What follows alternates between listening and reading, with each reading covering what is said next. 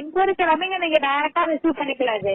இப்போ கஸ்டமர் ஆன்லைன்ல உங்களுடைய beauty parlours regarding beauty parlour for மென்ஸும் சரி, இல்ல வந்துட்டு பியூட்டி கன்சல்டன்ஸ் இந்த மாதிரி கேட்டகரி சர்ச் பண்றாங்க, ட்ரீட்மெண்ட், ஹேர் பாடிங், ஹேர் கலரிங் இந்த மாதிரி சர்ச் பண்றாங்கன்னா உங்களுக்கு ப்ரொஃபைல் நம்ம கஸ்டமருக்கு கொடுப்போம். சரிங்களா?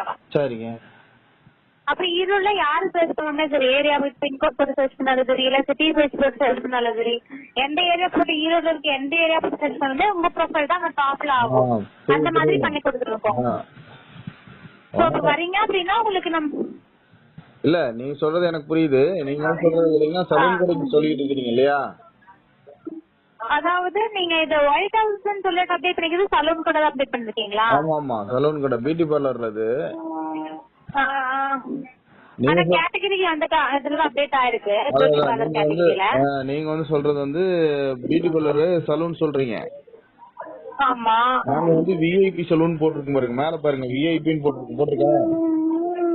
விஐபின்னு போட்டுருக்கீங்களா? ஆமா ஆமா. இப்ப நாங்க வந்து பாத்தீங்கன்னா அந்த மாதிரி இதுக்கு தான் பண்றோம், சும்மா எல்லாத்துக்கும் பண்ண மாட்டோம்.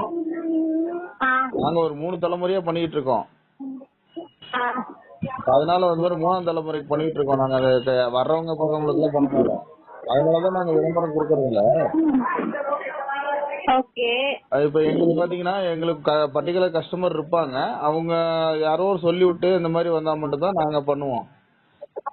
நீங்க சொல்றது வந்து இந்த 100 ரூபாய்க்கு 10 ரூபாய்க்கு 50 ரூபாய்க்குலாம் வெட்டுவாங்கல்ல, அந்த மாதிரி கடைக்கு சொல்லிட்டு இருக்கோம். அதுதான் செட் ஆகும். எங்களுது எல்லாம் அப்படி இல்ல.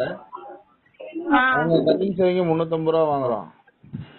எங்களுக்கு அந்த மாதிரி